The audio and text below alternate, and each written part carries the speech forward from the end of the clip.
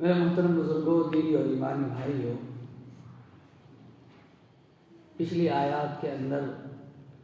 حضرت آدم علیہ السلام اور ابلیس کا قصہ نقل کیا گیا تھا۔ یہ بیان ہوا تھا کہ حضرت آدم کو ابلیس نے ورغلایا اور بہکایا، اور ابلیس کے بہکانے کے نتیجے میں، اس کے اغوا کے نتیجے میں جو جنتی لباس حضرت آدم و حوا کے جسم پر تھا، وہ جنتی لباس ان سے چھین لیا گیا، سلب کر لیا گیا۔ اور شیطان کا حملہ اسی لیے تھا لِيُبْدِيَ لَهُمَا سَوْآتِهِمَا۔ یہ کہا گیا کہ شیطان نے انہیں اس لیے بہکایا لِيُبْدِيَ لَهُمَا مَا غُورِيَ عَنْهُمَا مِنْ سَوْآتِهِمَا، کہ جو قابل شرم حصے چھپے ہوئے ہیں جسم کے، اس کو ایک دوسرے کے آگے واضح کر دے اور کھول دے۔ شیطان کی جو سب سے بڑی چال ہوتی ہے اور اس کا سب سے پہلا حملہ جو ہوتا ہے، وہ اس راستے سے ہوتا ہے کہ انسانوں کو بے حیا بنا دیا جائے، اور جو فطری طور سے انسانوں کے اندر شرم کا مادہ رکھا گیا ہے، اس مادے کو ختم کر دے۔ اور جب یہ فطری مادہ شرم کا ختم ہو جاتا ہے تو انسان پھر جو چاہتا ہے وہ کر گزرتا ہے۔ اسی لیے حدیث پاک کے اندر حضور اکرم صلی اللہ علیہ وسلم نے یہ بات ارشاد فرمائی، اذا لم تستحی فاصنع ما شئت، کہ اگر تمہارے اندر سے شرم ختم ہو گئی تو تم پھر جو چاہو کرو۔ پتہ چلا کہ شرم ایک ایسی چیز ہے اور شرم کا مادہ ایسی چیز ہے کہ اس کی وجہ سے انسان گناہوں میں ملوث ہونے سے کتراتا ہے، گھبراتا ہے، اپنے آپ کو بچاتا ہے۔ لیکن جب شرم ختم ہو جاتی ہے، حیا ختم ہو جاتی ہے، تو پھر انسان دھڑلے سے کسی بھی جرم کو اختیار کر لیتا ہے، کسی بھی جرم میں ملوث ہو جاتا ہے۔ تو شیطان نے سب سے پہلے حضرت آدم و حوا کو بہکایا، اور اس کا مقصد یہی تھا کہ جن جنتی لباس میں آدم و حوا ملبوس ہیں وہ لباس ان سے چھین لیا جائے،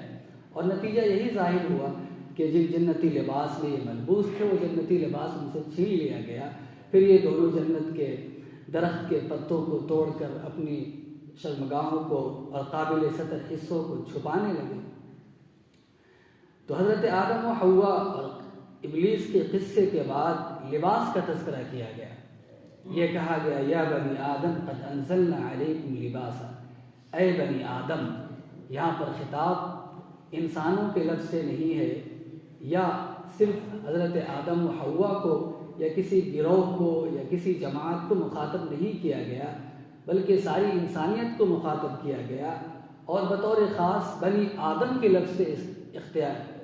خطاب کیا گیا، یعنی جس کے اندر آدمیت ہے، جس کے اندر انسانیت ہے۔ اور یہ بتایا گیا کہ تم تمام کے تمام حضرت آدم کی اولاد میں ہو، انسان ہو، لہذا تمہارے لیے لباس ضروری ہے، تمہارے لیے بدن کا چھپانا اور اس کو مزین کرنا اور آرائش کو اختیار کرنا تمہارے لیے ضروری ہے۔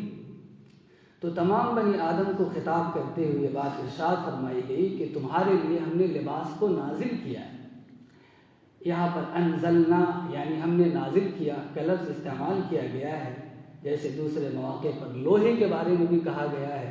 انزلنا علیکم الحدید، کہ ہم نے لوہا نازل کیا۔ نازل کرنے کا مطلب یہ نہیں کہ آسمان سے بنا بنایا لباس اتر جائے، بلکہ اس کا مطلب یہ ہے کہ لباس بنانے کے جو بنیادی مادے ہوتے ہیں، مٹیریلز ہوتے ہیں، اون یا بھیڑ بکریوں کی شکل میں، اور ان کے جسموں پر جو بال رکھے ہیں، اس کے ذریعے سے انسان اپنے لباس کو بناتا ہے اور طرح طرح کی چیزیں وجود میں آتی ہیں۔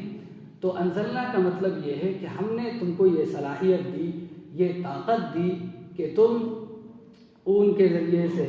اور روئی کے ذریعے سے اپنا لباس تیار کرتے ہو۔ یہ صلاحیت اور یہ طاقت ہم نے تم کو عطا فرمائی ہے۔ اور لباس کے مقصد یہاں یہ بیان کیے گئے کہ لباس کا مقصد یہ ہے یواری سوآتکم، اس کا مقصد یہ ہے کہ تم اپنے جسم کو چھپاؤ اور جو بھی قابل شرم حصے ہیں ان کو چھپاؤ۔ تو پہلا مقصد یہ ہے کہ انسان ستر پوشی اختیار کرے، اپنے بدن کو چھپائے۔ جانوروں کے لیے اللہ تبارک و تعالیٰ نے یہ نظام بنا رکھا ہے کہ ان کے جسموں پر ایسے بال اگائے ہیں اور ان کے جسموں کو ایسا کپڑا پہنایا ہے کہ وہ ہمیشہ اس میں ملبوس رہتے ہیں۔ لیکن انسان کے لیے نظام اللہ نے نہیں بنایا، بلکہ جب وہ دنیا کے اندر آتا ہے تو مادرزاد برہنہ ہوتا ہے، پھر اس کو لباس کا حکم دیا جاتا ہے، لباس پہنائے جاتے ہیں۔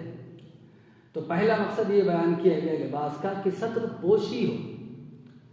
غور کیجئے آج جس طرح کے لباس کو اختیار کیا گیا ہمارے معاشرے میں، مغربی کلچر اور مغربی تہذیب و تمدن سے متاثر ہو کر، کیا اس کو لباس کہا جا سکتا ہے؟ لباس ایسا ہونا چاہیے جس سے انسان کی ستر پوشی ہو، اور لباس ایسا ہونا چاہیے جس سے انسان کے بدن کا جو نشیب و فراز ہے، اتار چڑھاؤ ہے، اور جو حصے ایسے ہیں جن کو نمایاں نہیں ہونا چاہیے، ان کو چھپا ہوا ہونا چاہیے، اس طریقے کا لباس پہننا چاہیے۔ ایسا لباس اختیار کرنا، چاہے مردوں کا ہو چاہے عورتوں کا ہو، ایسا لباس اختیار کرنا جس سے بدن ظاہر ہو، نمایاں ہو، اور جسم کے اتار چڑھاؤ نظر آئیں، یہ لباس شریعت کے اندر ناپسندیدہ اور حرام ہے۔ اسی لیے حضور اکرم صلی اللہ علیہ وسلم نے حدیث پاک کے اندر یہ بات ارشاد فرمائی تھی، رب کاسیات عاریات یوم القیامہ، او کما قال علیہ الصلوۃ والسلام، کہ بہت ساری خواتین جو دنیا کے اندر لباس پہنی ہوئی سمجھی جاتی ہیں، لیکن آخرت میں قیامت کے دن ان کو ننگا شمار کیا جائے گا، اس لیے کہ وہ اس دنیا کے اندر اس طرح کا لباس اختیار کرتی ہیں جو بڑا باریک ہوتا ہے، بڑا پتلا ہوتا ہے، جس سے انسان کا جسم نمایاں ہوتا ہے، اس کے جسم کے اتار چڑھاؤ نمایاں ہوتے ہیں، اور لباس کا جو مقصد ہے ستر پوشی وہ حاصل ہی نہیں ہوتا۔ لہٰذا ایسا چست لباس پہننا جس سے بدن ظاہر ہو، یا ایسا باریک لباس پہننا جس سے بدن نمایاں ہو، یہ حرام ہے۔ تو پہلا مقصد یہ بیان کیا گیا یواری سوآتکم، لباس کا مقصد ستر پوشی ہے، وریشہ، اور دوسرا مقصد یہ بیان کیا گیا کہ لباس کا مقصد یہ ہے کہ انسان اس کے ذریعے سے زینت اختیار کرے، آرائش اختیار کرے، ایک اچھی بھلی مخلوق، اچھی بھلی انسان معلوم ہو۔ جانوروں کی طرح لباس پہن لینا، چھوٹے لباس پہن لینا، یا طرح طرح کے فیشن والے ڈیزائن والے لباس اختیار کر لینا جس سے انسان نہ معلوم ہو بلکہ کچھ اور معلوم ہو، یہ بھی جائز نہیں ہے۔ تو لباس کے سلسلے میں بنیادی بات یہ ذہن میں رکھنی چاہیے کہ لباس ایسا ہونا چاہیے جس سے ستر پوشی ہو اور ڈھیلے ڈھالے ہوں۔ جب انسان نماز ادا کرے تو ستر نہ کھلے اور بدن کے اتار چڑھاؤ ابھار نظر نہ آئے، ڈھیلا ڈھالا لباس ہو۔ اور پھر ایک بات یہ بھی ذہن میں رکھنے کی ہے کہ لباس ایسا عمدہ اختیار کرنا، اتنی آرائش و زیبائش والا لباس اختیار کرنا جس سے